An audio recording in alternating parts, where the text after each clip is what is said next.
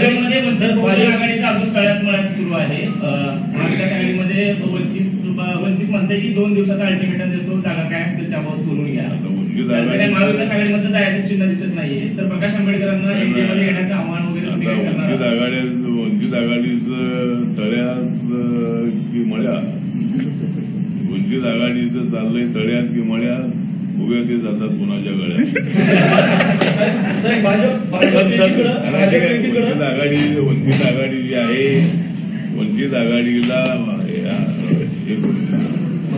बहुजन वंचित आघाडी, आमचे प्रकाश आंबेडकर हे जाणकार नेते आहेत, त्यांच्याबद्दल आम्हाला आदर आहे.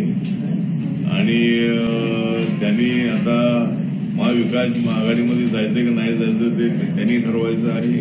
पण आता त्यांनी तर आपण जाण्याचं ठरवलेलं आहे, पण महाविकास आघाडी त्यांना घ्यायला तयार नाही आहे. त्यामुळे एवढा अपमान सहन करण्यापेक्षा प्रकाश आंबेडकरांनी आमच्यासोबत यायला हरकत नाही आहे.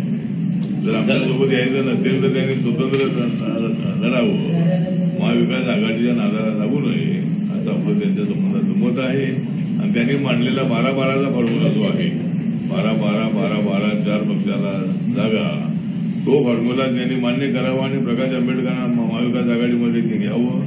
जरी त्यांना घेतलंही तरी आम्हाला काही फरक पडणार नाही. आमच्या जागा 45 निवडून येणार आहे, जनता आमच्या सोबत आहे.